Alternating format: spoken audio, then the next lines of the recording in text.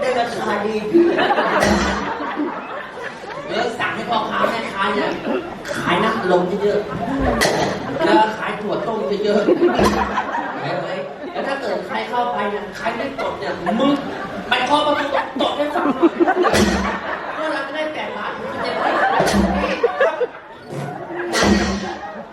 8 บาทเลยแต่ต้องคอยฟังดีๆนะเพราะบางคนอ่ะเขาไม่ออกเสียง